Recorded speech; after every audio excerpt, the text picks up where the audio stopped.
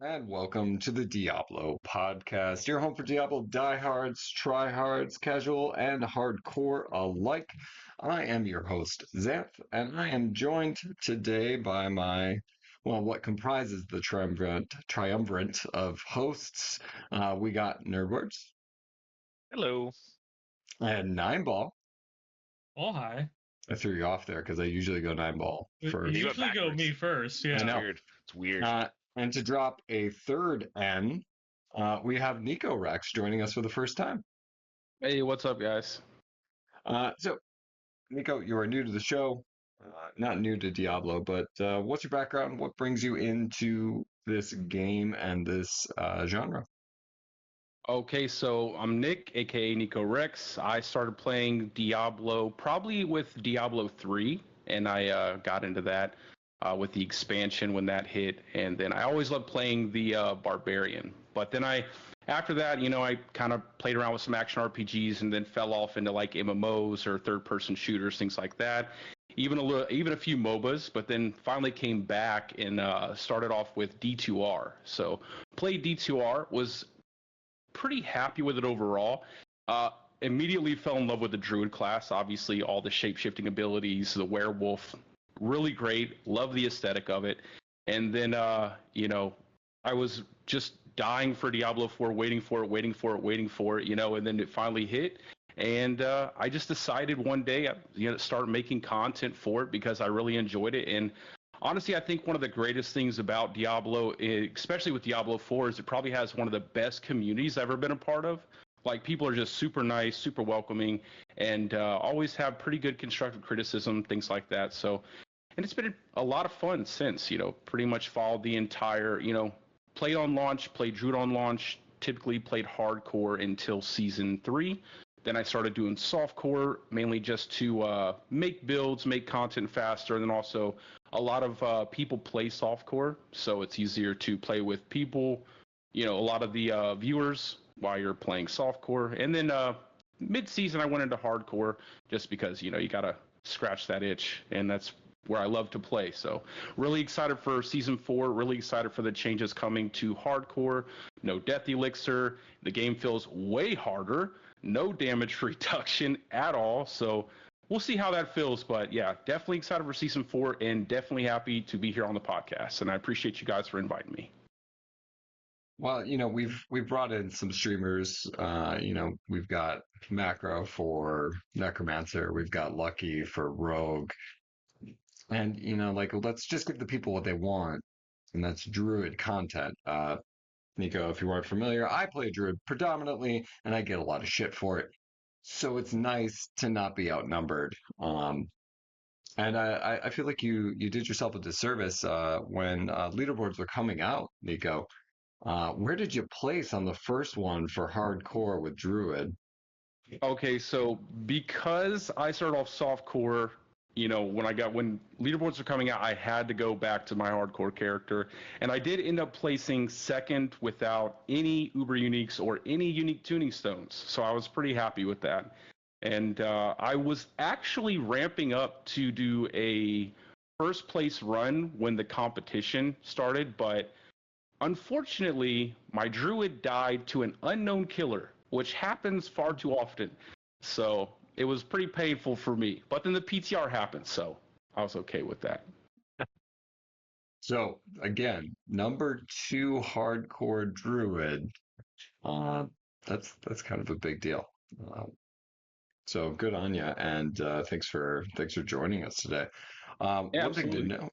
One thing to note. As the game is kind of hitting this great stride, with the PTR and getting a peek of the future, we're also getting a huge influx of players.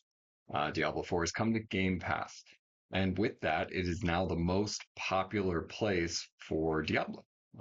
More people are playing Diablo on Xbox than anything else, which is kind of wild, though it does make a lot of sense since you have a whole new ecosystem there that's getting to play the game for free. So welcome, Xbox players and overlords, to the Diablo podcast. You are welcome here. We appreciate you, and we're trying not to offend you. In tandem with that, give a quick shout out to those of you guys who've been kind enough to leave reviews of the Diablo podcast. Uh, Going first with Dvorax with a 5-star review. So yeah, I guess I won't read out the lower star reviews. Nobody posted those. They're all good. They're all 5-star reviews. But a good one. One that was I thought well put, and it's from because there's no vowels in there. Was that we are a great podcast, but we're not quite up on the meta, and that's fine because that's why we bring in people like Nico. That's why we bring in Macro. That's why we bring in Lucky, because we can't always be in the top of the leaderboards. Um, we're happy to bring those people in, and we're happy to bring in anybody coming from that Xbox ecosystem. And the goal for today is to talk about the PTR, talk about all the new additions, the fancy new equipment, tempering, masterworking, and everything else in between. So let's get into it. PTR.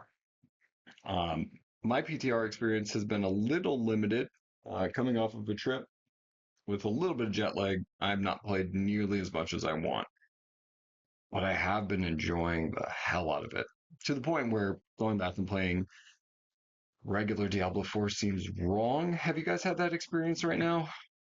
Where like this is going to end tomorrow, and then it's a weird complaint. Like I still enjoy my Diablo 4, but I like this one way better. Is that going to be hard for everybody else? Oh yeah. Yeah, I'd say so. I mean, there's also like we're in the tail end of a season at this point too. So generally, at the end of a season, it's there's less motivation to log in unless there's some. I mean, the leaderboards are definitely helping with keeping that engagement, but beyond that, I mean, if your power level's where it is, I find myself always kind of waning towards the end of a season to give myself a break and then come back beginning of the next season. But definitely right now for sure, because PTR. Woo.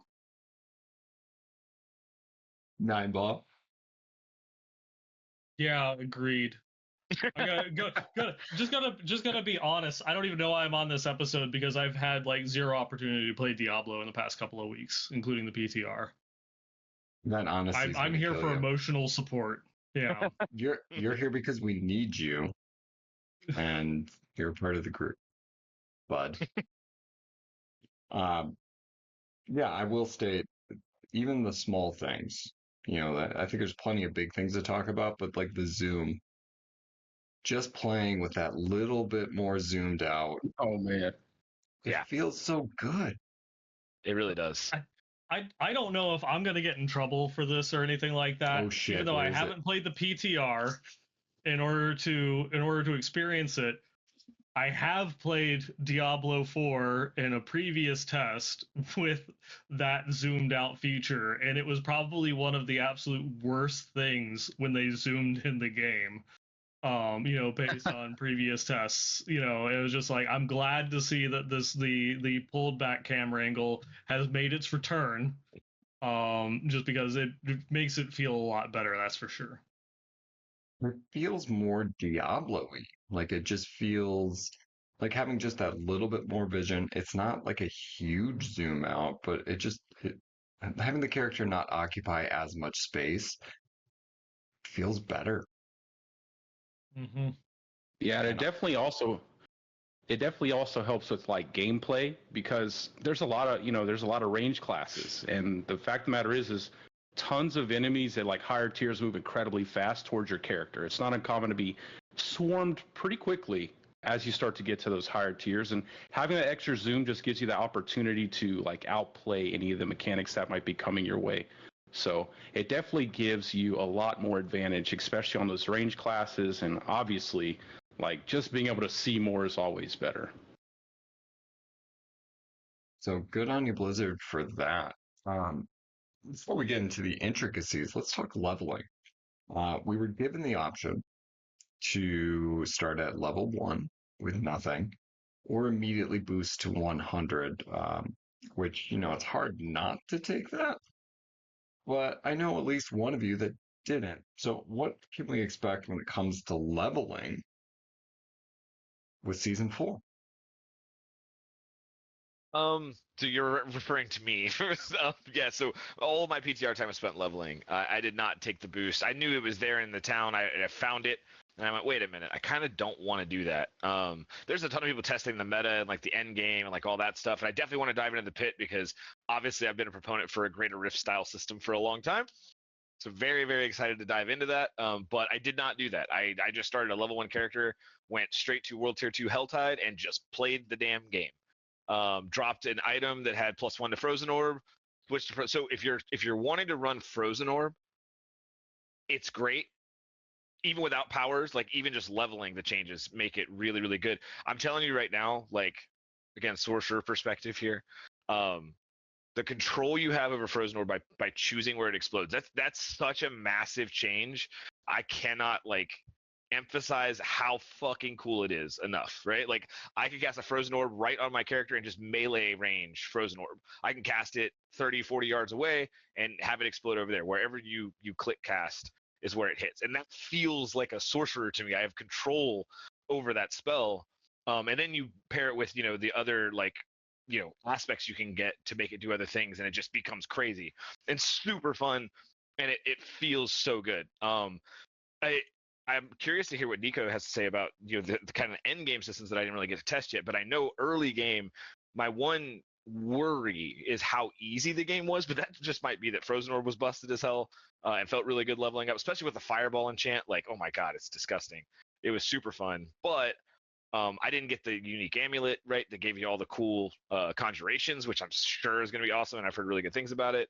But leveling felt fast. It felt fun. Helltide is crazy fun. Even in World Tier 2, which is like the tamed down versions of it. Definitely enjoyed Helltide a lot. I just lived there for the whole leveling experience. But yeah, from a sorcerer perspective, especially the one that was playing Frozen Orb, leveling just felt really easy. Like, and it's never been like the most challenging experience, but it did feel very easy. I was never really at risk at all. I'd find armor pieces and items and throw them on. I'd go temper them. I did a little bit of that. Didn't do a ton of it, but a little bit of that. And yeah, it's great. It was super fun. I felt myself playing the game more and reading less, and that was also a huge win, which is the intent, right? And so for me, the leveling experience was super fun. I already like leveling in RPGs. There's just like a grinder mentality in me. But I had a lot of fun leveling. I just spent an afternoon just leveled up, right? Just jumped in for a few hours and had a super good time with it. So yeah, feels good. So yeah, moral of the story: be a Frozen Orb sorcerer and level that way, and it goes great. It's fantastic. Yeah, but I don't want to do that. That's fine. They're all good, but Frozen Orb felt real good.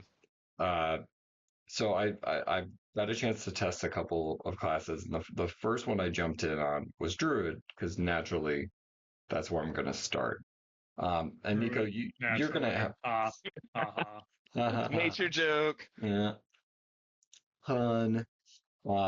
So Nico, your perspective on this, I think will be more helpful than mine, because I didn't test as extensively as you had. I was kind of disappointed with the Druid on this patch. Yeah.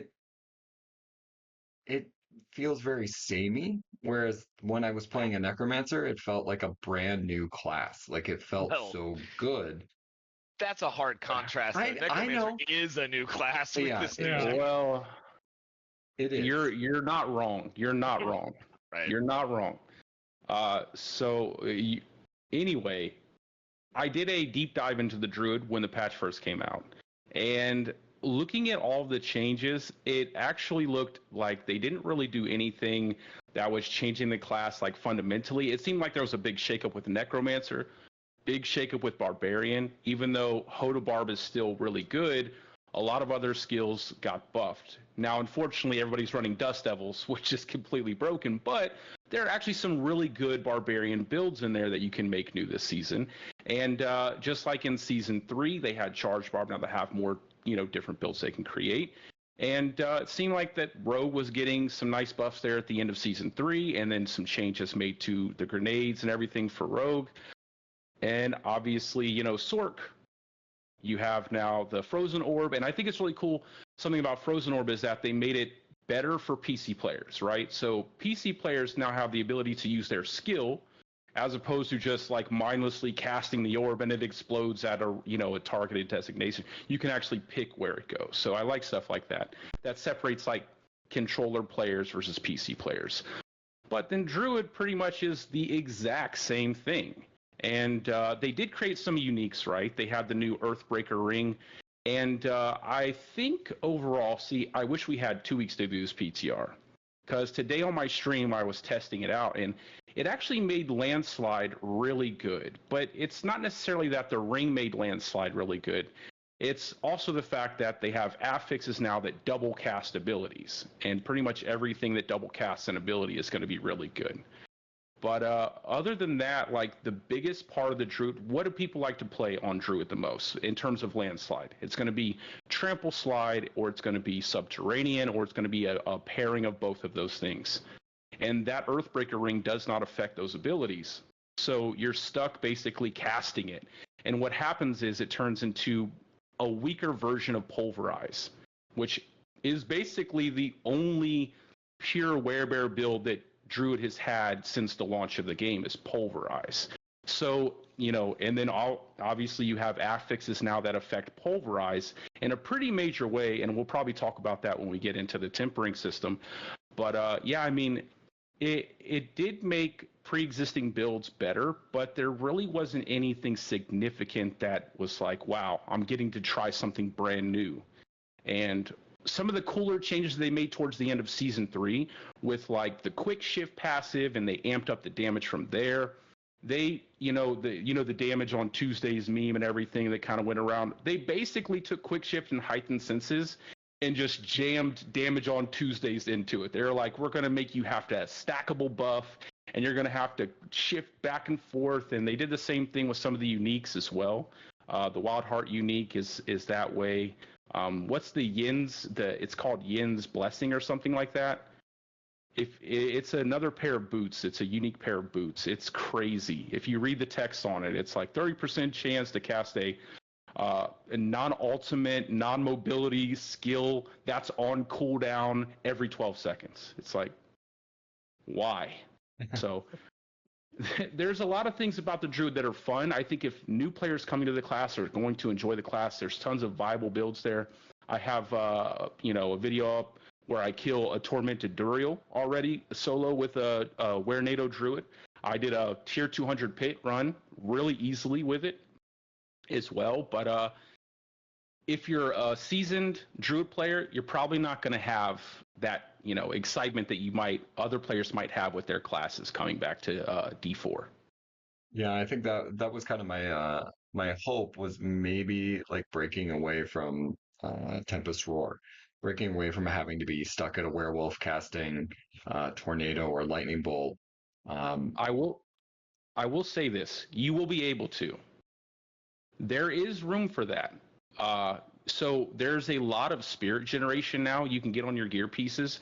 So that's actually something I was messing around with. So you can get a ton of spirit generation now, especially if you get a greater affix. You have spirit generation on your chest piece, on your boots. I think you can get it on your helmet as well. And there's also spirit cost reduction rolls you can get on like a two-hand weapon. So for instance, I was using the Were-NATO build, and I had a two-hand mace that had it flat without any greater affix roll. It could have like 41% spirit cost reduction. So if you get a greater affix roll, you're going to have 60% spirit cost reduction. And then you start further masterworking it. So there's definitely a lot of room there for not being like a werewolf caster. And I actually think that human caster Druid is going to be a big part of Season 4, especially because you don't have as much damage reduction that you had in Season 3 and before that. So you're going to be looking for that Shaco, and that Shaco is going to give you that 20% damage reduction. It's going to give you +4 to all of your stats. You're going to be able to cast all of your skills without worrying about spirit, and you're going to be able to do that in human form. So if you want to play like human lightning storm, human tornado build, human landslide build, stuff like that, I definitely think you'll be able to in Season 4. Well, here's to helping. But when you said Shaco, I was like, well, it's not going to happen because I've never found one. But maybe it's a bit easier. There's a greater chance now. Yeah, your chances are That's getting true. better. Bro. Yeah, Yeah. that is very true. There's a higher By also likelihood. you not finding one as well, like not just the changes to the game, but because you haven't found one. Yeah, eventually. Law of averages, you should be getting there at this point, like at some I point. mean, if anything, I'm getting higher chances of failure because like every boss I do, I don't find one. So as opposed to like, oh well, I don't have enough mats for Duriel, so I won't get one. Now I'm just not finding it. That's okay. That's fine. You know, like that's RNG, and I'm okay with that. Um, so as we're talking about other classes, and this is such a shame for you, Nineball. I will tell you, the Necromancer just slaps. It is Yeah, so. it's ridiculous. It's It looks it's great.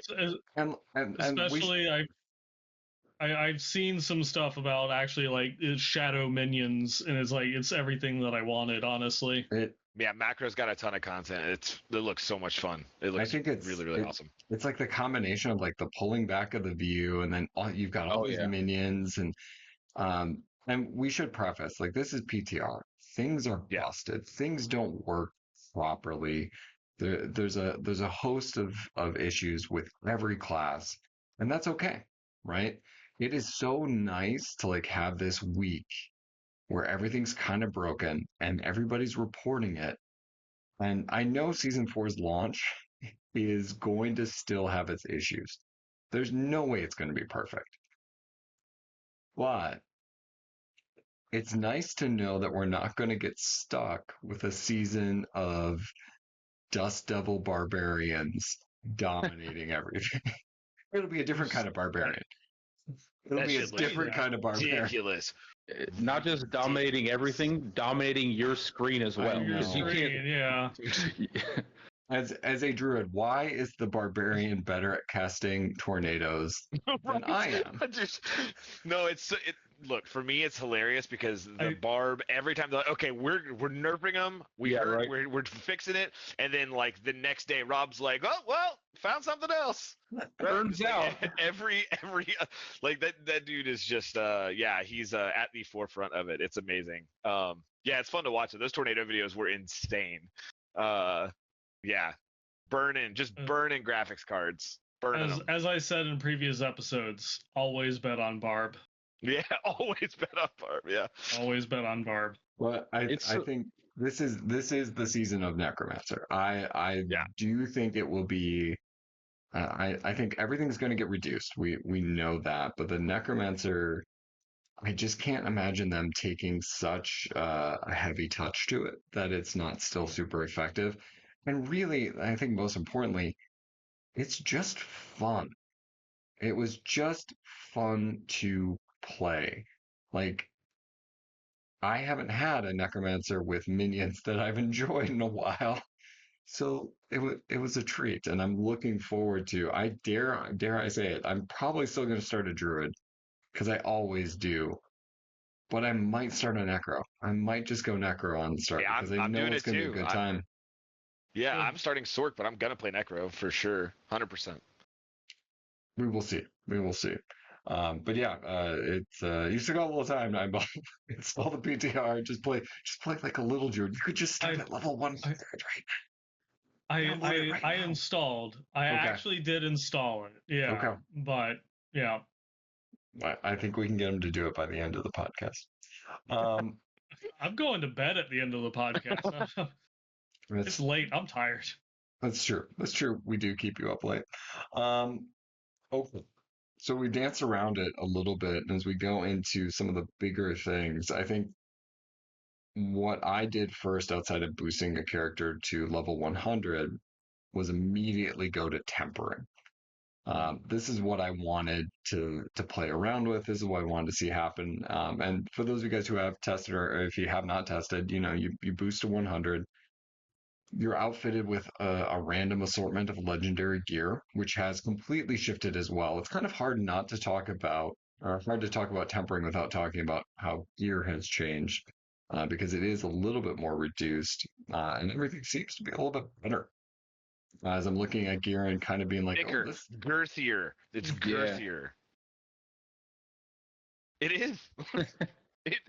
Look, the metaphor checks out. Okay, I'm sorry. It works. I'm not saying you're wrong. It's just not the adjective I was expecting. Like I don't know how to It's a good tackle one that though. girth. But it's a good. Nico there. agrees. It's a good one. I mean, it does accurately describe it. I will It say does, right? That's it. that the girth is there. It Yeah. exists. Oh yeah. Okay. Okay. It's not. Oh, okay. It's not what I was expecting today, guys, but that's okay. That's okay. This girthier item system, it's definitely felt. You can really wrap your hands around it. Okay. You're taking it really far there. Yeah, this went a different Yeah, direction. I'm leaning it. Okay. But that was one of the first things I did was go and start tempering. Because you're given your tempering manuals. I wanted to see what I could actually do and what I could play around with. And as we were kind of alluding before, like with the druid, I did find a few things that were exciting. I found more excitement on the necromancer tempering um, right off the get go, like being able to kind of juggle around a little bit. But that's just again those initial reactions. But as a whole, I am enamored with the tempering system. Mm, I wanted to like hold back a bit on the PTR so as to not spoil myself for release. But then I'm also kind of kicking myself because it's like I could have been just doing a whole bunch of fucking tempering right now. Um, right. that feels good, especially since crafting hasn't really existed.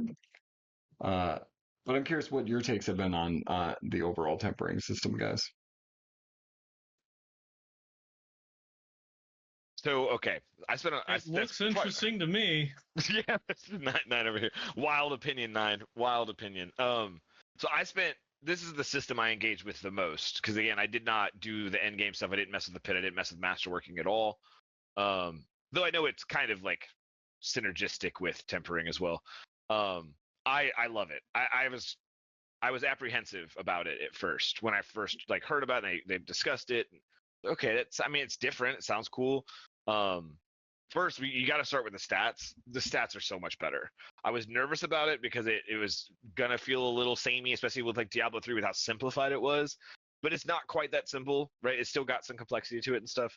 Um, but yeah, it's really really good. And again, I'm spending less time reading loot because there's less lines of text to read, which is a win just across the board. I also before we kind of get into the tempering thing, it's also there's just less loot, and that is a good thing. Even leveling that felt good. It felt fine, right? I didn't notice like, oh my god, I'm not getting anything for this. Like I was still getting loot regularly, but it wasn't like just raining and I had to go to town every 5 minutes, you know. But with the tempering piece, here's my thing about it that I really love the most is that, and I've talked at length about it on the podcast before about about player power, character power, right? Like at the heart of an RPG, it's about building a character that is powerful, right? That grows and gains levels and gains experience, but gets stronger. If you go back to like D&D or other RPGs and stuff, like character power is like everything, right? There's gear there to enhance it, but the character's always what's powerful. And with Diablo 3 and with Diablo 4, it has never felt that way because again, a naked character does basically nothing at all without a weapon in hand. Whereas Diablo 1, Diablo 2, and other ARPGs, like your character is powerful. And don't get me wrong, you're not exactly like in D2 going to do naked bail runs. You could probably do it, but you're not doing that intentionally. But if you died and lost your loot and had to go get it, you're not completely functionless, right? Like you have abilities and things like that you can do. I think my favorite thing about the tempering thing is that fantasy kind of comes back. They changed the Codex of Power to the Codex of Wisdom, right? Which feels like Diablo 1 learning tomes to me now, right? Like as I'm getting items and salvaging them, I'm gaining the knowledge of those, right? So like my internal headcanon sorcerer is like compiling all of this knowledge to then imbue things. And that's sick, right? Like that's super cool. You're welcome, Blizzard. That's my own internal fantasy, but you can use it. Because it feels that way to me, and it felt that way leveling up. And I'll give you an example. Like I found a weapon, it's a two-handed staff, and it was green, up arrow, put it on. Okay. I'm just smacking stuff. I'm throwing frozen orbs. I'm throwing ice bolts. That's right. I'm using ice bolt. I just wanted to try it. Still doesn't hit great, but it's better than it was. So using ice bolt and throwing frozen orbs, and I see, I get a quest for the tempering recipes and stuff. So I go over and I do it, and It's very simple, right? I can temper, and it gives me percent damage, damage to close, and damage to distant. I think it was like, well, hey, you know what? No matter what I do, damage increase. Throw it on my yellow weapon I just got. Sweet. It rolled 122% damage to close. So in that moment, at like level 20 or something, whatever, I was pretty low level at the time. My frozen orbs are trucking, right? Like I'm dropping them in melee range because again I have control over that now. Dropping them in melee range, and it just felt so good, and it felt so cool. Because I didn't plan on playing a melee build, I was playing frozen orb, right? The intent is to play ranged, but now I can kind of make that adjustment, and so I kind of enacted like the old D3 strategy of play, let the gear come, and adjust your build based on that gear rather than going in with a build in mind and then changing it, right? I can always do that at endgame. But while leveling, it felt very cool to just, oh, sweet, I got this thing that gave me plus to incinerate. You know what? I can swap a couple things here, and then now I can just incinerate stuff. That felt really cool. I thought that was really awesome. And that's my favorite part about it is it feels, again, you're not going to run out and do damage without gear on, but the player power and player knowledge or character power, character knowledge felt more present, and that to me helps this game feel more like an RPG that I love. So that's really cool. Really, really cool. Yeah, so that's oh, go ahead. I would just say to piggyback off of that, we did neglect the Codex. It was so nice Oh, to just chef's kiss. Chef's kiss. like, okay, I've got this random assortment of gear. I know the actual aspects I need. I'm just grabbing from the Codex. I don't have to go and find the one that never ever drops no matter what. It's there.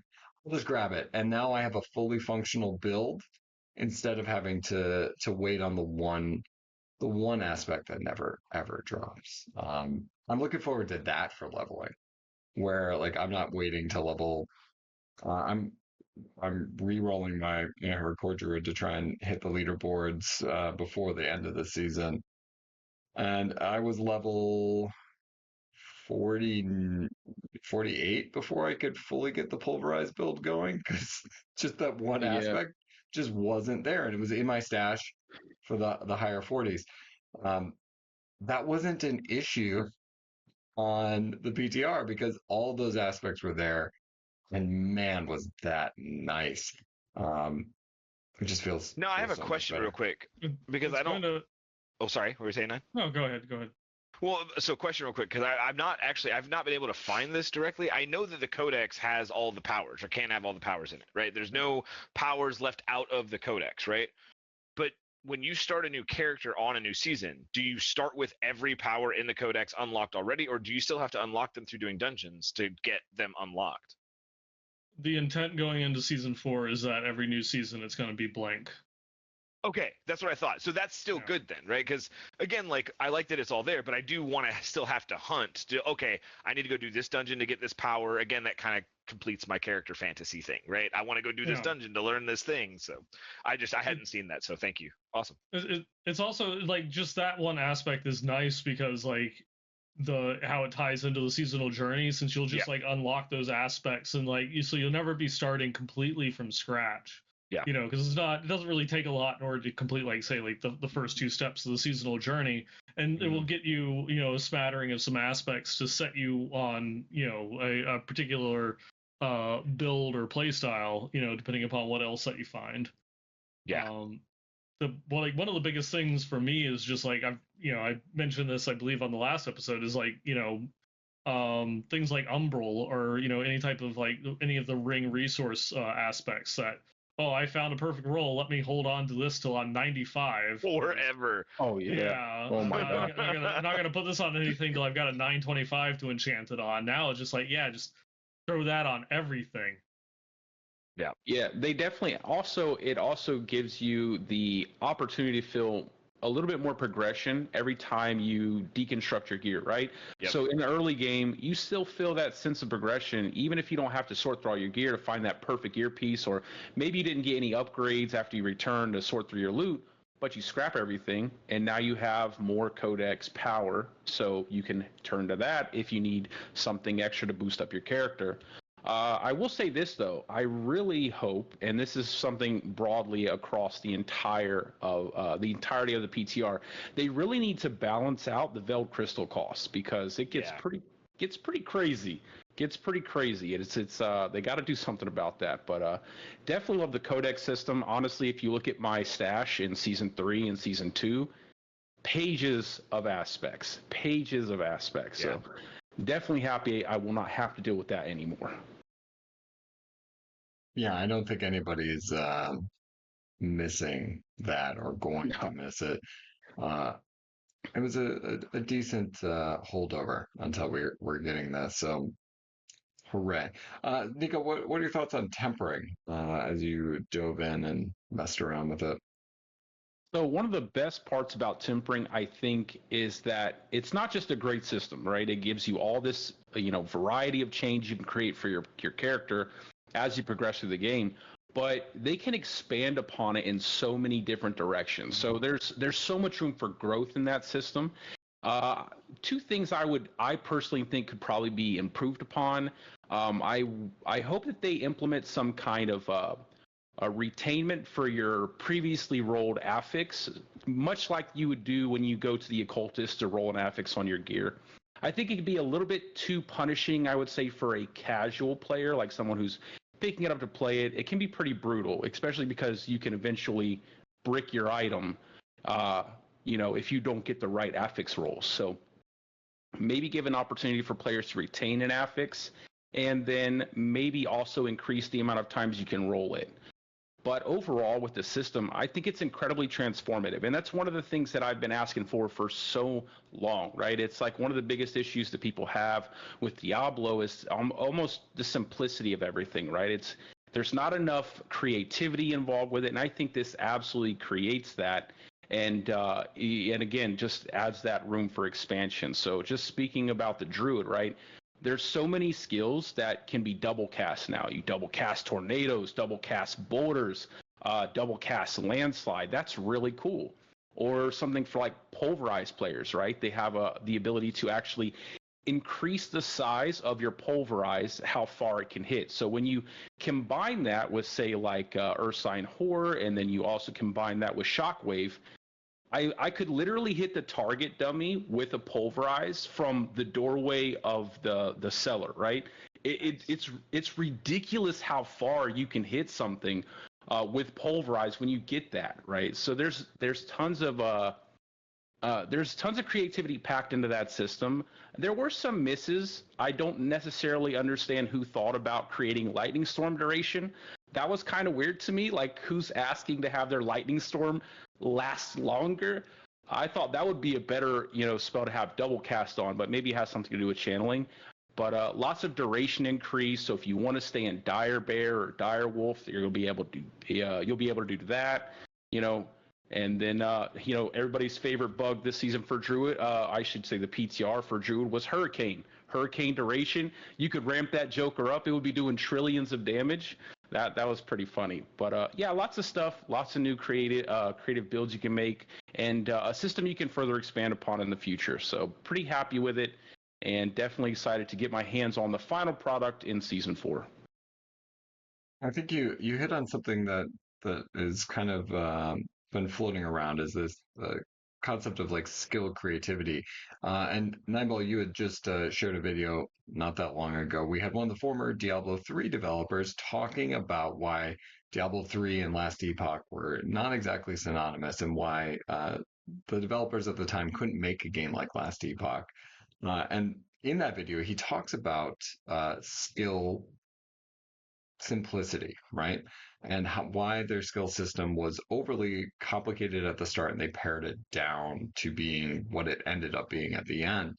Um, and he reluctantly, and Nineball, the developer's name off the top of my head, Andrew Chambers. Andrew Chambers, that's it. Andrew does, kind of say like he kicks himself later on, saying like I should have advocated more for that. And I think we see a little bit of that simplicity in Diablo's skill tree, right? And the Paragon system is a little bit more complicated, but also tenuous. Um, but the complexity that is finding its way back in with the tempering is more exciting, right? It is more exciting to dig around and try and mess with these things as opposed to just having a small selection of runes to choose from, as opposed to having 5 different choices on a skill tree wheel. Um, and it's exciting to see what other people are going to come up with. Or really, I feel like there's almost a little bit more freedom to kind of make it your own, right? Oh Where you're yeah. going to be less Yeah. beholden to just a meta and be like, yeah, I can see why that's really good, but I also want my pulverize to be so fucking huge it clears an entire field. Like that sounds I awesome. Yeah, I I mean, want to relive the glory days of D2 Corpse Explosion literally hitting 2 screens away.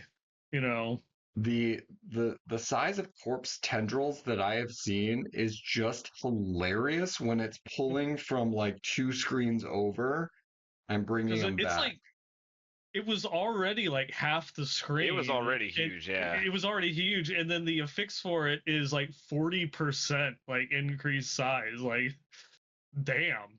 yeah, It's it's pretty awesome. And again, like you can just play a build that you want to be fun. Whereas, like I think the Paragon system doesn't have that kind of creativity. It just is lacking.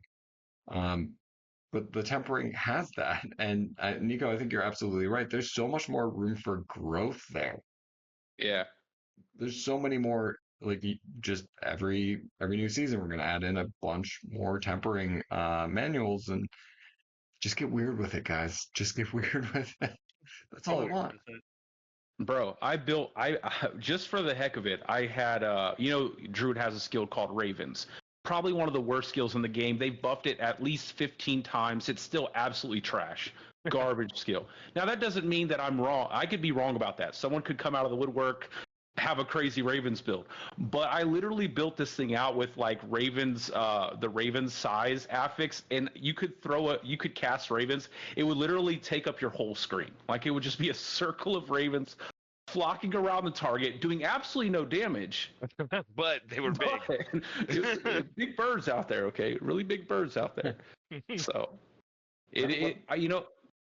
and that's one of the things. Like I do make build guides, but my whole approach to it is like I don't want to tell you how to play the game.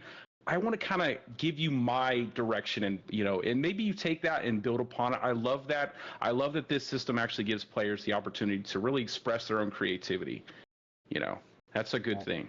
Now, to give you another plug, one of the things that I really enjoyed is if you look at a lot of build guides at the moment, they're very Uber focused, right?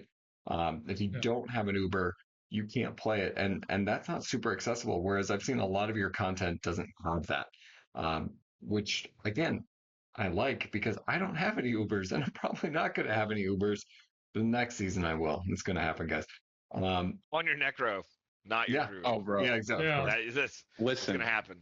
they put drop chance with every boss now.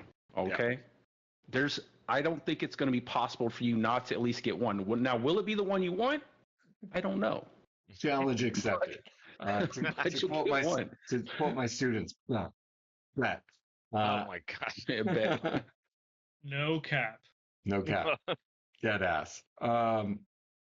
Sorry, I've been working with the youth, and it's bleeding into this. I don't like that. Um, but yeah, the tempering system does it does feel really great. One of the things that was been kind of on my mind for anybody who's played Path of Exile before is as we get into a crafting system in Path of Exile, you have a Val orb, which is gives you the chance to corrupt your item, essentially preventing it from being crafted anywhere past that actual valing of it.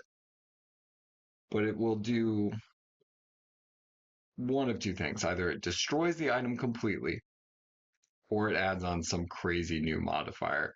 And that was something that I've been thinking about a little bit with the tempering system. Is maybe we're going to get there eventually because that's always exciting. Like, okay, I think I've taken this item as far as I can go. Now I have one more step, and I can either destroy it or I can turn it into some crazy amalgamation of awesome. And there's always a possibility that it just like it just becomes corrupted and there's no change. But there's the small little chance that it suddenly becomes 6 white sockets, or it gives +2 to certain types of skills, or whatever it might be.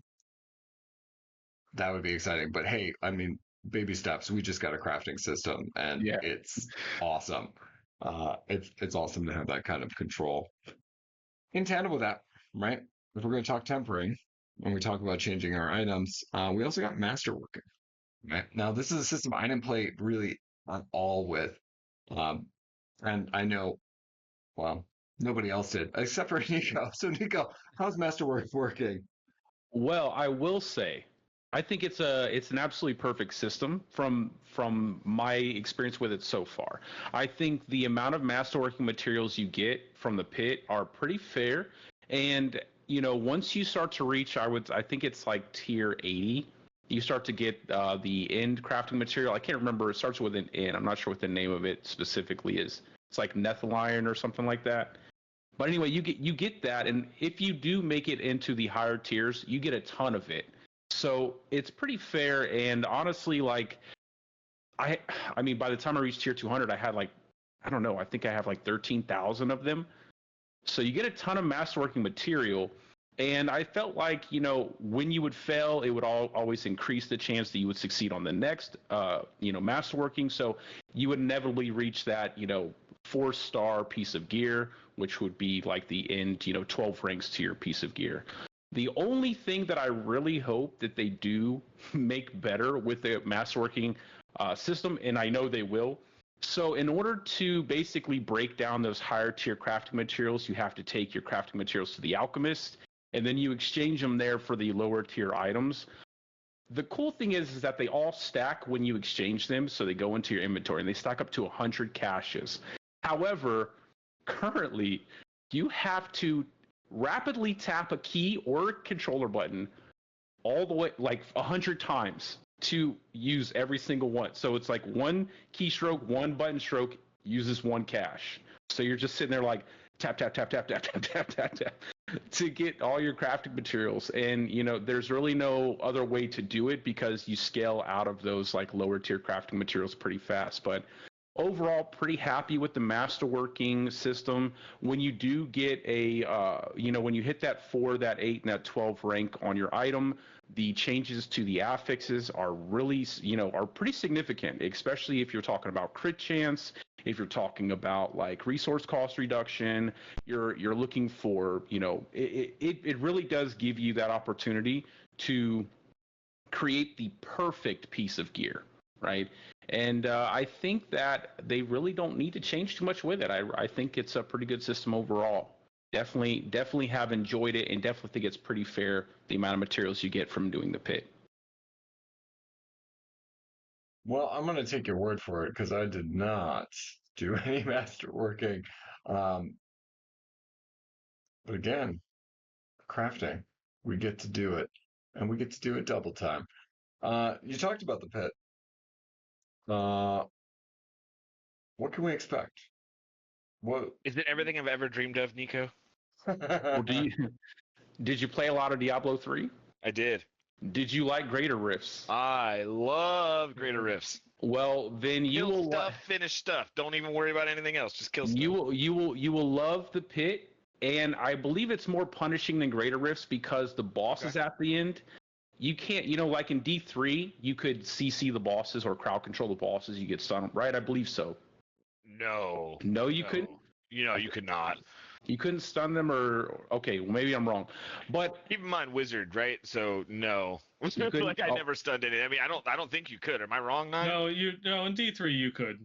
okay. I DR super fast. Is that what it was? Yeah, they did DR okay. super it wasn't. fast. Yeah, you couldn't perma. Okay, gotcha. That's what Yeah. So I in mean, that was yeah. Necromancers would have had a terrible fucking time with bosses. Yeah, for sure. Yeah. So in D3 you could CC crowd control bosses. Yeah. Obviously you can't in D4. And those bosses are pretty punishing. When you start to scale into the higher tiers, I mean, it's not necessarily the bosses, right? Because you play against these bosses when you're doing Nightmare Dungeons, so you should be pretty familiar with those mechanics. It's when they start throwing mechanics out of nowhere from other bosses that aren't even associated with that specific boss, right? That sounds awesome. Yeah, you're gonna get like Lilith waves coming at you randomly. Lilith, you're gonna have that's rude. That's yeah, rude. bro. You're gonna have like what's the first boss that you kill? The lady. I think she's like the mother of the main.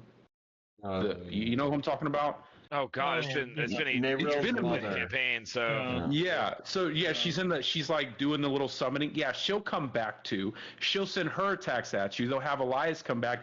He'll be shooting attacks at you. There's like tons of different things that occur all at once, right? So you're going to have the boss attacking you with their abilities. You're going to have random Lilith spawns attacking you. You're going to have it's crazy. It sometimes can be a little bit like muddy your screen, and you'll be like, "What exactly did I die from?" One of the abilities that kind of annoys me because I played Where NATO Druid for the past couple days.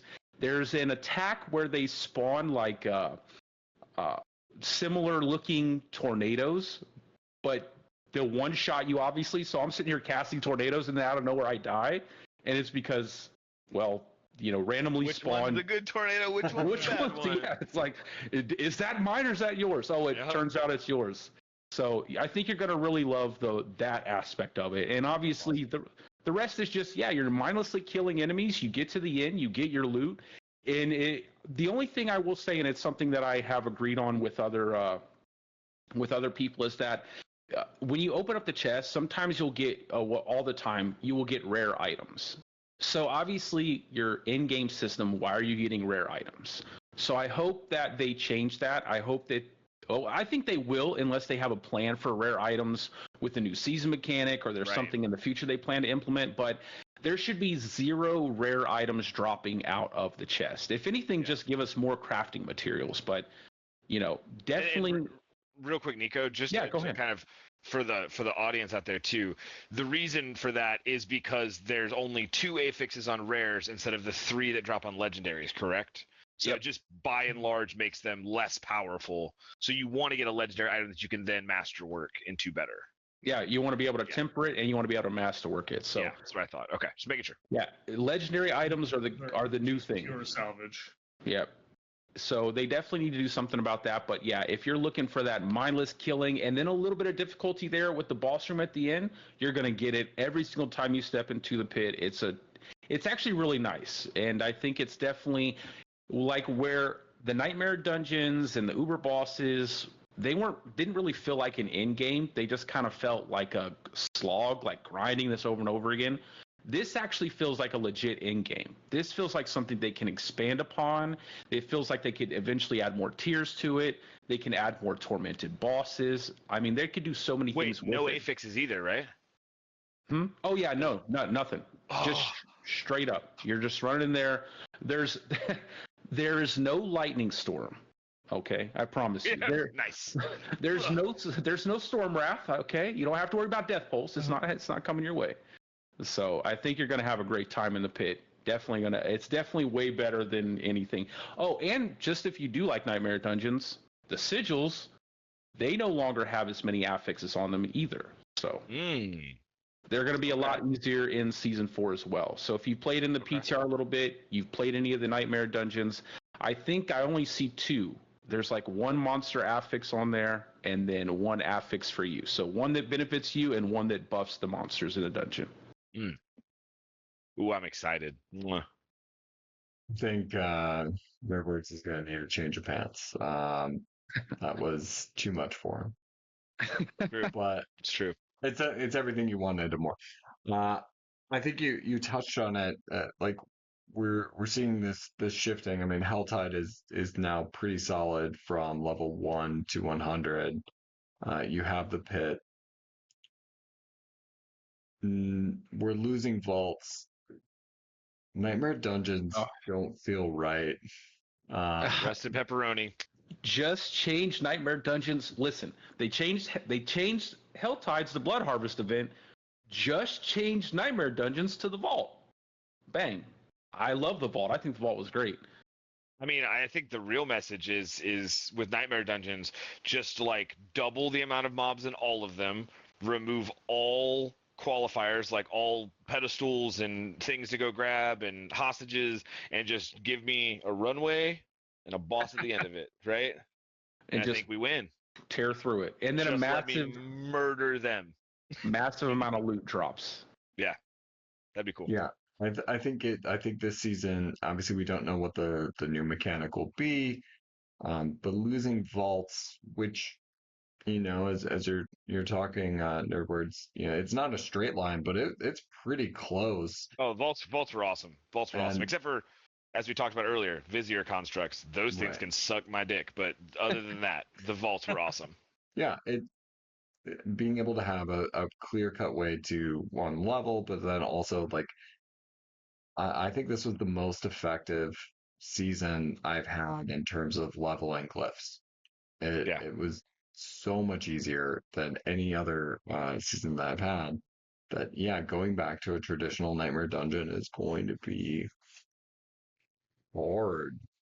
Um, it's easy on the PTR when you boost to 100 and every glyph Yeah. is level 21, because you don't have to think about like, oh crap, I'm gonna have to go and do this manually.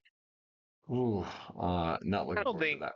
I don't think that'll be as big of a problem. I think that like it's been a slog in the past, but they've ramped up the glyph XP significantly. They're doing it again with this pass. And then on top of that, you got to remember like the gear is far less in quantity and much easier to sift through. So that part of the process is simpler. So okay, so I've got to spend some time grinding stuff to get power in a certain like game mode. I don't think it's a problem. Even if I don't like affixes, they're reducing the number of affixes as well. So it's just like I'm running out of reasons to bitch about Nightmare Dungeons at this point. So I think I'm just going to give it a shot and see how it goes. But I mean, look, the developers have done what they can to make that a good system. And let's be honest, at the end of the day, they spent way too much time and money and assets developing all of these dungeons to just be like, nah, we're not going to have those anymore. So like, yeah, they've got to find a way to keep utilizing them and making them better. And I think they're getting there. So we'll see how season 4 feels, but I think it's going to be good. I trust. Wow. I know. Nightball, Bold. Bold. did you hear that? He said Nerdward's something just like positive about completely Nightmare Dungeons. Yeah. I'm just around. excited about the Frozen Orb changes, guys. Okay, it's just got me on cloud nine right now. Right, I'm just so excited. Yeah, I think we have like over 50 episodes in which you have done nothing but complain about Nightmare Dungeons. Did you hear this? It's just it's wrong. just funny to me. I've never heard a man so excited about blue balls before. yeah, I know, right? So, And yeah. it's tough. You're welcome, Oh, Jan. thank you. Appreciate that. Man, I He's really, he's really looking forward to playing with his frozen orbs. I don't know, man. Very much so. Very, very much so. and it's completely shifted his perspective on life. It's just wrong. It's just wrong. Okay. So we've cleared a lot of this, but what we haven't cleared are the Ubers, right? And I don't think there's a better name than that. I feel like we nailed it. The Ubers. Because the first Ubers weren't Uber enough, so we have to do it twice. Ubers. Nico, how are these Ubers? Outside of, obviously when you're doing trillions of damage on a bug, for a normal class. Or attacking with your girthy ravens. Yeah, that those girthy ravens that do 0 damage. But they are girthy. Yes, they are. I mean, they hit you, and you definitely feel it. You're gonna bruise somebody with that. Nice. But anyway, so for the Uber bosses, right? So I think that they're pretty well done. Now, granted, we don't know what the end difficulty of the game is going to be, right? The difficulty's in flux. I do still feel like maybe we have a little bit too much power, because like if I'm tackling a tormented level 200 Duriel boss and I'm doing it without min-maxing my Were-NATO Druid, and I'm killing him in like a minute and a half, I think that's a little bit too fast. I still feel like there should be a significant grind that you, maybe not significant, a moderate grind that you would have to do, right? You'd have to put some thought and effort into your build before you can tackle these bosses like that. So I do feel like it's a little bit too easy still. However, it's definitely significantly better than what the Uber bosses currently are. I mean, 10 times better. The bosses actually deal damage. You have to be mindful of their attacks. You have to dodge things, especially like Duriel. Lots of poison damage there. Very tanky. You're not just going to blow through them unless you're using a bug. You're not really just going to blow through the boss's health. And I think it is a way better version of obviously the previous Uber bosses that you've already fought. One boss I wish I had been able to tackle, but because they have a current bug with Beast in the Ice, where you don't get the dolls that you're supposed to, so you get the shackles from killing Zur, but you get these dolls that you're supposed to get from Beast in the Ice to summon Andariel. The problem is you only get those if you kill the level 200 or Uber Beast in the Ice, which I am not going to get all that distilled for to do that. But if you go and look at, I recently watched Wadijo's stream, and he killed Tormented Andariel. The mechanics in that fight were insane. Like, there was so many things to keep track of. There weren't any real one shots, but if you get the stacking debuff when the boss hits you, eventually you make enough mistakes, you're going to die. So you have to pay attention to those mechanics. So I think it's definitely a good change for the bossing, and the reward system is really nice. The only thing I would change though is that if you kill like a tormented Galvanic Saint, or if you kill like a tormented Varshan, you tend to only get like one of the boss summoning material for the like Duriel or Andariel. So hopefully they change that, because it's a lot of materials to invest to only get one mucus egg, or to only get one shard. So hopefully they change that. But the reward felt good. It was definitely a challenge. I do feel like they need to either tone our power down or tune the bosses up just a little bit more. But I definitely think players are going to feel a sense of accomplishment when they finally get to tackle those bosses. And I think when you're in a party, it's going to be even more fun, because there's just so many things that can go wrong when there's multiple people there, and you're trying to pick everybody up, and these mechanics are flying at you, and if you don't pick anybody up, you're never going to kill the boss. So I think it's definitely way better, and definitely a refreshing take on the bosses, and I hope they continue to expand on these bosses, especially making that that ability for players who want that difficulty, who want to feel that sense of accomplishment, to actually gain that, right? You don't have to fight these bosses. You can still get the Ubers that you want from not fighting them, but it's a nice option. So definitely excited for it to see what it ends up looking like in Season 4. Nice. I have a very important, hard journalistic question here for you. Sure. Nico. Did they finally give Duriel Holy Freeze? No. Damn it. I think that it would be cancer. It would be cancer. But could you imagine just a 10 Holy Freeze on Uber Duriel? Ugh. Yeah. Well, but no. I feel like we need that at some point. They're sticking to the poison theme. They're going hard into the poison theme. So unfortunately, no. And it's funny that you mentioned that, because I remember someone mentioning that in a Reddit post. I was like, huh? Uber Duriel does ice? Oh, okay. Yep. It's kind of funny. Yeah, they should slap too. That's what got you killed. Doing this. You're frozen. Oh, it's tough. They're going to bring that up for the Uber version. Uber got you. With the expansion, I could assume we'll go into 3 Ubers. We're done with raising difficulty. We won't ever do that again. It'll go up to World Tier 4, and then it's just Uber 3, Uber 4, Uber 5 bosses. It makes sense to me. Yep. I don't want to see that. Don't do that. I like static difficulty. To just keep it the same, please. But we'll see. Side note, as I bring up the expansion, there was an article on, I think it was PC Gamer, that essentially stated that Blizzard has killed Diablo 4 and is essentially releasing Diablo 5, right, with this patch.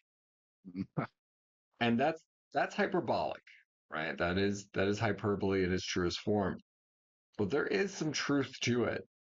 This game feels so different now. Um, and it's for the better, right? I like the version I'm playing as I'm running on the treadmill because I want to get back to 100. I'm enjoying that, but I know the version that's going to be out on May 13th. May 13th, right? May 13th? May 14th. 14th. 14th. I was close. May 14th is going to be so much better. Which, as we look ahead, we also have an expansion this year, Mm-hmm. allegedly, right? We were told it's coming out this year. We're getting close, guys. It's it's going to be May when this drops. That's not too long. If anything, I'm more excited for the expansion now. I'm still very excited. Look, the pull on the expansion for me has little to do with the game systems and the loot. For me, it's the story, and that's like me and Nine could go on and on and on about that, and we typically do. But that's what I want to know where Nayrel went. Like, what are we doing, dog? I mean, obviously we know where we're going, right? But I'm so ready to see Karas. Like, I'm so ready to see what they do with it and taking us back to that space and what they play on. Like, how many member berries am I going to get here, and then vice versa. How much are you going to innovate and make it cool and different and new? Because that's really what I want to see. Is I want to see the newness. It's been a long time since we've been to this area of the map, and that's really cool. It was suspiciously left out of Diablo 4, at launch, and we were all calling it like, wait a minute, this map is not complete. Like, I'm always showing my girlfriend like, no, but there's so much more map here. Like, just wait, right? Like, I'm so excited for that. I'm like, the story for me is what I'm really excited for the expansion for. All the game systems are going to be great. I'm going to play Diablo every season.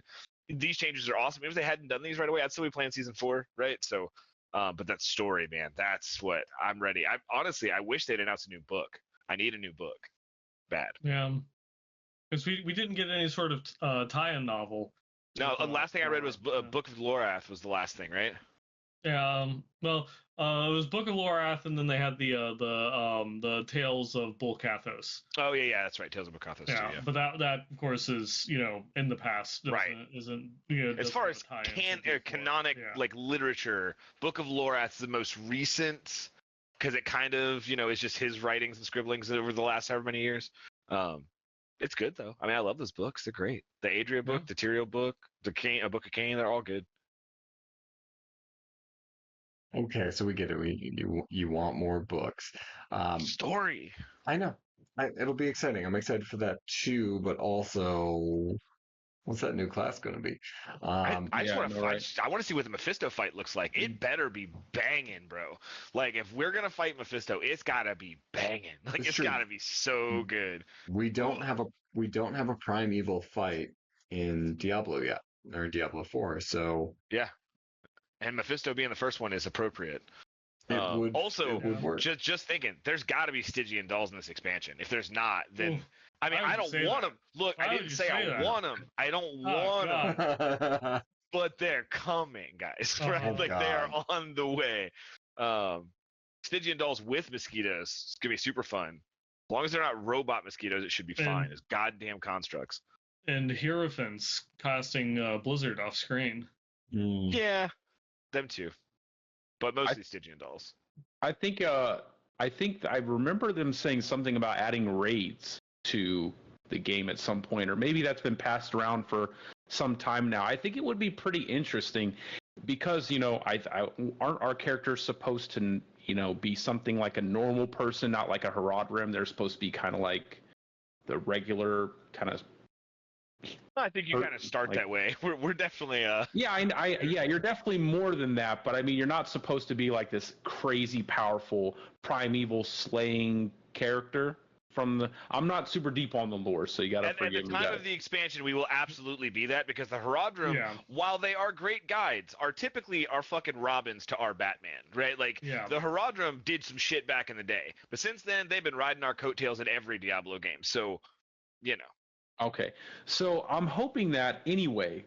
I hope that maybe with the Mephisto fight, maybe they can do something like a raid where you have to have multiple people all teaming up to fight a big, massive, primeval. Cool. It could be something that they could, test out for players. I think it would be I mean that's one of my favorite things about like the new Helltide system with, the Blood Maiden boss. Everybody I was has gonna bring to that up. Yeah. Everybody has to come together. You're all working, you may be playing solo, but then suddenly you find yourself surrounded by a bunch of players. It makes the world feel alive. I think that they could expand on those social systems and having something like a raid where you could team up with a bunch of your friends and tackle this insanely powerful primeval boss. I think it would be a cool way of like implementing a system like that. Imagine, Nico, imagine this world. Imagine a world where you're in the Helltide, and with 5 minutes left, a fucking massive world boss size Mephisto spawns and just starts just lightning bolting the whole goddamn place. That would be super fun. And everyone's got to like fight to take down a giant Mephisto. Anyway, that would be amazing. They have some of the coolest world bosses. Like I love the world boss design. I love the way they look and everything. I cannot stand that these things are just like you run, you kill them really fast. They don't do anything. Murdered so fast, yeah. Like those bosses look epic. And if they like took one of those bosses, amped them up times 20, and then threw them into a Helltide randomly, I would have a blast. Maybe not in hardcore. Maybe not in hardcore. Not in hardcore. That would be tough. You're not running on the treadmill for that one. I'm gonna tell you that. You're just running like. But yeah, he probably would be. He'd just die. It's fine. He'll just start doing. I did notice when the butcher shows up, my heart rate will spike about 5 extra beats per minute. So I imagine in that instance, it's going to go up a little bit more than that. But I think I just have to say that we're missing the obvious thing. If they're going to do raids in the expansion, then what's everybody's favorite type of raid encounter? Council fights. What exists? What is a very iconic fight?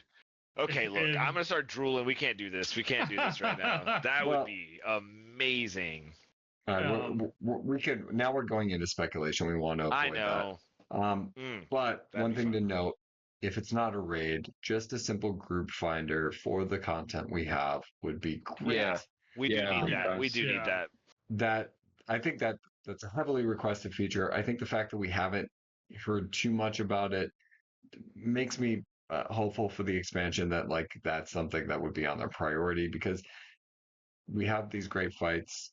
It would be awesome to be able to find a Duriel rotation that doesn't involve spamming Discord, that doesn't involve spamming trade chat, or just trying to find it, through friends and hoping you have some of your friends list on and they have the maps and what have you. So hopefully we get that addressed. But in the meantime, it is nice to kind of see the way things are shaping up. So as we get to the end here, and we're kind of closing out, any last thoughts about the PTR, about Season 4, or I guess anything else? Yeah, I got a quick list of stuff that I just was jotting down as we were kind of talking. Number 1, town convenience. We haven't talked about that at all. Huge win. WWWWW. Look, I get the immersion. I get the idea of this big sprawling city, but logistically speaking, it's not working, right? Keep everything where, they moved everything to a really tight circle in the center of, all the towns. I think that they could still keep the vendors in those other spots too and have multiple vendors so you can still keep that fantasy for people that want to do that. That's fine. But honestly, I don't care. Them being close together is amazing. That's awesome. I love it. Helltide threat, like the GTA style threat meter or whatever, is awesome. The more you kill, the more Hell's like this motherfucker over here and starts sending dudes at you. Yeah. That's so cool. Super awesome. The Baneful Heart system where you're finding these Baneful Hearts and you got to turn them in for the Blood Maiden summoning thing, the Accursed Ritual. It's just Helltide's amazing. It is so good. And then I don't know if anything made me happier than the first time I did it because I hadn't watched videos and stuff of it yet. But the first time I actually played the PTR was running around killing stuff, and then this fucking worm just spurts up out of the ground and vomits all these dudes. And I'm like, holy shit, I'm level 6. Fuck. Right. And I'm throwing the weakest frozen orbs ever. But it was awesome. It was super fun. And luckily there was a druid, ironically, that just stomped the shit out of the whole thing for me, which is great. Helltide experience is amped up to 11 and I love it. The only problem I also love some of the new aspects. I put that on there too, especially some of the like a cursed touch, things like that. I got a cursed touch, and man, that was awesome. I got so many good powers. But my biggest knock and the worst thing about the changes, and they've got to address this with urgency, is I still don't know if I'm a vampire, and I really Nice. need to know. Need it Am in I a chat. vampire, or am I cured of the vampire? I just know how to do vampire shit now, and it's in my codex, so I can just like know that. But for my character fantasy, am I a vampire? Am I a vampire sorcerer, or am I just a sorcerer? I need to know. I think you're a vampire when you equip that aspect, and But only I'm a so I take it off. So vampire. I'm like that's a choosy vampire. That feels kind of You're a vampire on Tuesdays. okay. Oh, that's good. That's good. You could always equip the title. You could equip the, That's you're true. you're a blood seeker. And I don't know that I necessarily want to be a vampire, but it is, important to know canonically if we're, or they're probably just gonna be like, none of the season stuff is canon, in which case I would just die a little, hoping some of that stuff will be canon. But just, hey Blizzard, So, and Adam, any of the Adams, any of the Adams or Joes, can you just tell me on Twitter in a very one-word response, am I a vampire? In fact, I'm gonna tweet at you after this episode is over just to see if I get a response. well, here's the hoping. Other last thoughts, boys? Yeah, so I have a few. So with since we're talking about Helltide, right? Revert the Cinder drop rate nerf. So they definitely nerfed those, and I don't know why, right? They added mob density, they added all these cool new events, but then they nerfed the amount of cinders you got from killing mobs and even interacting with the different interactables in the environment. So revert that nerf big time. You shouldn't. It's just so much more fun. You're getting You're getting a ton of cinders. You're opening up more chests. You're getting more boss summoning materials. So definitely revert that nerf. Overall, really happy with it. I think it's going to be interesting to know what the final difficulty ends up being. Yeah, curious about that too. More Veld crystals or reduce the cost. Everything costs Veld crystals, so definitely need to either reduce the cost of everything or they need to give you more Veld crystals by like a lot. So and for future PTRs, and I know that they said they don't want to make this a normal thing, but I feel like they legitimately need to make this a normal thing. I don't know if they watch much, but I'm saying, like, have you not seen all the bugs we found? Like, this would have been the time they would have launched season 4. If you think about the date, this would have been the time they launched season 4. Holy God, it would have been a broken hot mess. You know what I'm saying? Like, they need to have more PTRs because, again, one of the best things that they have going for them is a community that absolutely loves their games. So let us help you with your game, have more PTRs, and for the love of God, give us access to everything when we get into the PTR. I'm literally doing Duriel rotations trying to get a Tempest Roar. I'm like, hey guys, anybody want 5 Duriel Rotas? Come on, guys, and nothing. So it's like, give us access to the bosses, give us access to the unique items. Okay, we can still test out the drop rates just by killing the content, but definitely implement stuff like that. And I think it will make it a lot easier for me to test stuff. Like, there's so many builds that I still want to test. There's tons of things that I haven't gotten to actually try out because I have to farm everything. And one of the ways around it right now is to create a character, basically take the boost to 100, delete the character, create another character, and you just repeat that process so you get more Veld crystals. However, the problem is every time you create a new character, you reset your entire codex. Oh no. Yeah. So That's a bummer. every single time. So I definitely love the PTR idea. I've enjoyed this week. I hope they eventually have longer PTRs. But yeah, give us more access to those things. Give us more cinders. Don't take it away from us. If you're going to give us more mobs, give us more cinders too. And overall, just keep adding more stuff for players to do together. Like, we play solo, but bring us all together for something and then just keep that going because it's a lot of fun. It really one of the things this game has going for it is that it has a massive open world. The way that they've done Helltides is basically expanding on it. Just keep expanding on that stuff. I think it'll make people so happy, even solo players who, just like to feel like the world is alive around them. So that's probably all I have to say about that. Nice. Nightball? I got nothing. That's fine. So, Nico, before we close out here, where can people find you? Yep. So I am at Nico Rex on YouTube and on X currently. That's where I stream. That's where I upload my videos. So I don't have any plans to expand further than that. I'm trying to keep it kind of, close for right now. But definitely having a great time. Love making content for Diablo, and I love the Diablo 4 community. Definitely one of the best communities I've ever been a part of. So. Yeah, I would argue it is a great community. There's a few bad apples in the bunch, but overall, pretty great. Uh, we're not one of the bad apples. It's fun. You know who I'm talking about. You know who you are. Uh, all right. Somebody just took that very personally. As they should. Before we close out as well, shout out to PureDiablo.com. Still kicking, still putting out good content, and all of the goodies from the PTR can be found there. So make your way on over once this episode has concluded and daydream about what season 4 is going to bring for us all.